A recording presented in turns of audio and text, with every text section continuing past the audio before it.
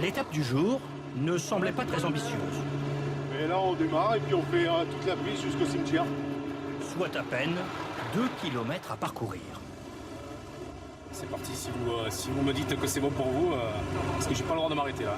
Il faut dire que la piste est à peine assez large pour les 348 roues de la remorque et sa cargaison un peu encombrante.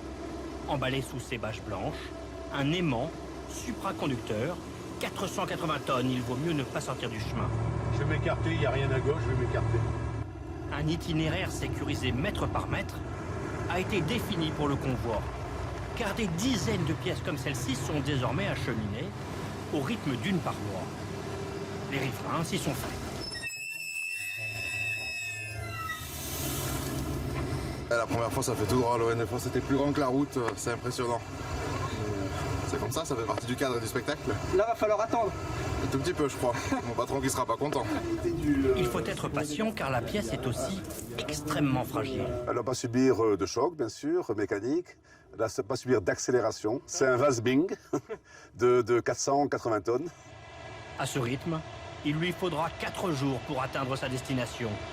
Le chantier ITER à Cadarache, un immense site industriel dans l'arrière-pays provençal. Entrer sur le site d'ITER, c'est en quelque sorte franchir une frontière, puisque à partir de maintenant, je suis sur un morceau de terrain qui a été concédé par l'État français à l'organisation internationale chargée de ce projet pharaonique. Et depuis 15 ans, ici, c'est en quelque sorte les Nations Unies de la science. Des physiciens et des ingénieurs européens, russes, chinois ou indiens construisent ensemble une machine expérimentale pour maîtriser la fusion nucléaire. En clair, reproduire sous ce hangar la réaction physique du centre du Soleil. Alors on entre ici dans le cœur du dispositif, dans ce gigantesque espace où sera posé ce que les scientifiques appellent un tokamak, c'est du russe, cela veut dire chambre toroïdale avec des bobines magnétiques, mais en plus clair, c'est tout simplement un donut. Alors plongeons dans ce donut high-tech. Un champ magnétique hyper puissant va y maintenir en lévitation un plasma, une soupe composée d'atomes d'hydrogène. Chauffés à très haute température, ils vont fusionner et libérer une énergie inouïe, comme dans les étoiles. Sur le papier, cette technologie résout tous les problèmes. Pas de combustible fossile, pas de carbone, pas d'effet de serre, presque pas de déchets nucléaires. Alors évidemment, le patron, français, a un peu la pression. L'avenir de l'humanité repose sur vos épaules, c'est pas trop lourd? C'est vrai que l'enjeu de ce projet est extrêmement important. C'est pour ça que nous avons une obligation de résultat. Nous avons une obligation de réussite. Et si possible, pas trop tard. Le problème, c'est qu'ici, on compte le temps en décennies. 2035, nous espérons que nous aurons ce qu'on appelle donc la fusion à pleine puissance, dans laquelle nous serons capables de produire 10 fois plus de chaleur que nous aurons injecté effectivement dans le plasma. Mais il ne s'agira encore que d'une expérience. Pour la production industrielle, on vise au mieux 2050.